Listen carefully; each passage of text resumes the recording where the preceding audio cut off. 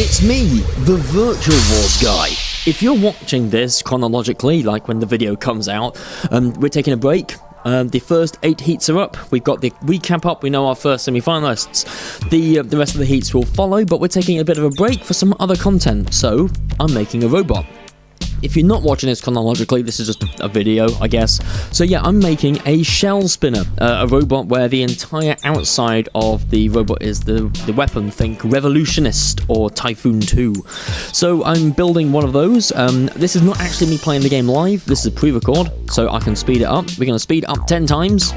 And there we go. We're going 10 times as fast now, and I'll just tell you kind of what I'm doing. So I'm building here the motor assembly to have the spinning disc, the shell. So I'm just putting an axle on. There's the top of the shell there. So this shell will be called temporal displacement, and it will be themed on a clock.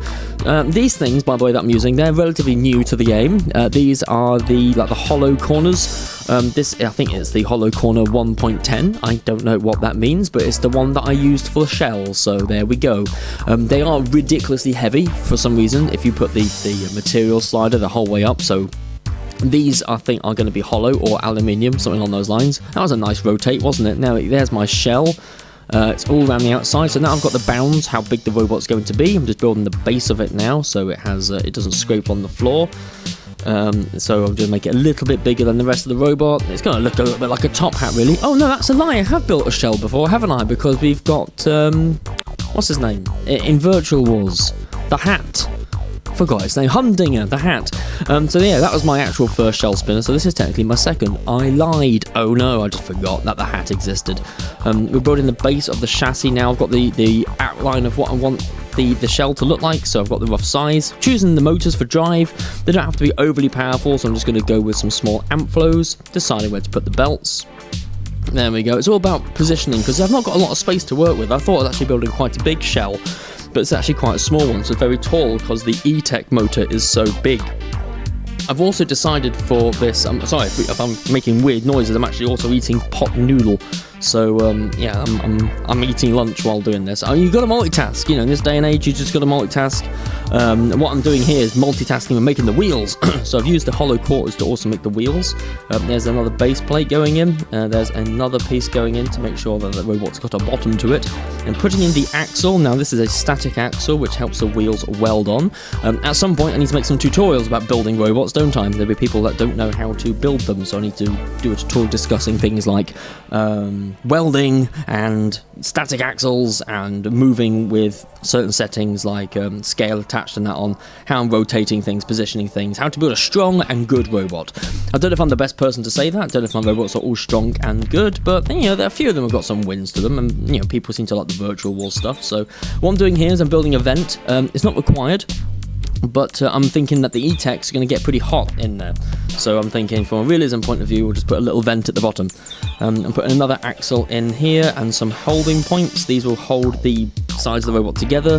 They are actual functional as well as just looking good. So these will weld the robot together more, so it's a bit more solid. So if someone breaks the shell, for example, the robot can still run around as a chassis.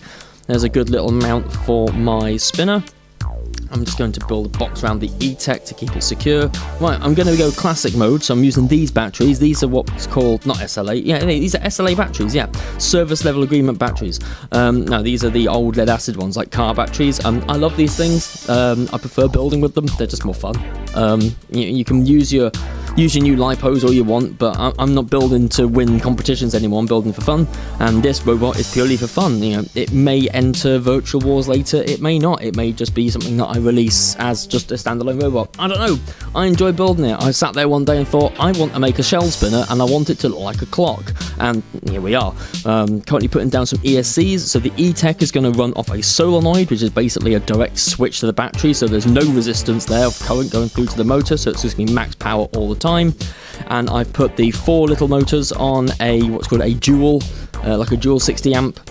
So it will run both motors at the same time off of the same ESC, which saves space and weight. As you can see, I'm trying to see if I can figure out how to get everything welded together.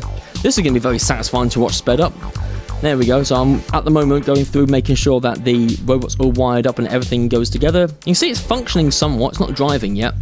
I've got the little red bit around the end to make sure, you know, I need a battery splitter in there to make sure I've got enough battery power. So I'm linking the 16 volt batteries up here in what's called series, which adds together the voltage. So that means we're going 16, 16, 16, getting quite a lot of volts into the E-Tech. That's 32, 48. I'm going for 48 volts, I think, in there. So the E-Tech's got quite a lot of voltage going to it, which is good. It needs that sort of voltage. As you can see, I'm trying to figure out what's going on. Ah, yes, we're making the numbers, because it's a clock, it needs numbers. So I'm using the custom shape editor to make the numbers. This is the first number, it is the number 1. As an I, then we need an X as well, because it's Roman numerals, so the X would be the 10.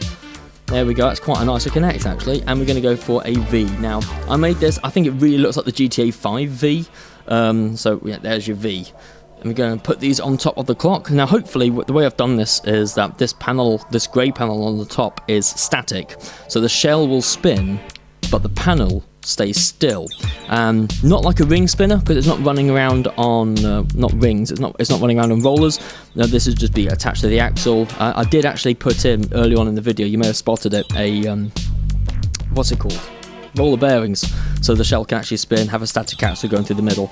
I've tried to make it look as realistic as possible. It's quite a nice looking robot, I quite like it. I'm just fiddling around with getting the numbers going, you know, trying to remember which way clocks go and how numbers work. There we go, put that one there. There's 10, that's nice and easy. 9, or was that 11? I forgot which way I'm looking at it. Some of the numbers are attached to the wrong thing, so I spam with the shell. You can see I've put in the 5 back. There we go, there's your clock face, but next you'll need hands, and hands need to move, so I've put down some motors. I'm using the trusty drill motor. I'm going to put a belt on top so it goes round that there we go. I left space on there on purpose just for the belt. So we're going to have our one hand going through there, and we're going to have a second hand as well, which is a minute hand, and we have the second hand, which is the third hand, which is the... what am I even saying? I wasn't even aware I was speaking. I'm just watching, I'm putting the belts on. I'm just trying to see when... It's going so fast. Oh my god, just put the hands on the clock already. This is, I'm trying to just train of thought this. And if you're listening to this and you just like hearing my voice, then more power to you. I'm just as confused as you are. I built this like a week ago, and I'm now watching it back, and it's going way faster than I thought. I only put it on 10 times speed, and we already got that. There we go, the second hand going around. Look at that go. There's the hands, they move, which is great, but I think they're going a bit too fast, and I think one goes the wrong way, so I'm replacing one of the drill motors to get the opposite direction, because they're mirrored there. You see the hands moving. Now to get the hand ratio, there we go, you saw the hands going around like a clock. Whee! That looks brilliant. And now paint them, make it look all nice. I've still got a bit more detailing to do on the hands, because they need to look like proper clock hands, so I'm just going to put this on here, try and get it the right height, make it black, give it an arrow on the top as well, to make it like a clock hand. This is brilliant, I love this. Yeah, there we are. Got one hand going around real fast. I think I might release this after the video goes live. I'll put this up on Bot File Exchange so people can download the clock and play with my shell spinner. It's not going to be very good, like I said, it's a classic style, so it's got SLA batteries and E-Tech, but it's a clock, you can't hate that. Look at it go. I need to paint it black, because clocks are black, like the one in my kitchen. Oh yeah, it needs teeth, it needs weapons, so let's put some weapons on there. We're going to put a big old tooth on there, we're going to put one on the other side as well. Yeah, take that crate. Put another one up there as well. I haven't eaten any of my pot noodle, by the way, I've just been talking non-stop about the clock. Wow, I really should have thought this through better, and that's the video. Okay, I guess here's some fight footage. So I put the clock in the arena, and it does alright. So I'm just going to finally stop talking, eat my lunch, and you can watch the clock do some fights. Yes, clock.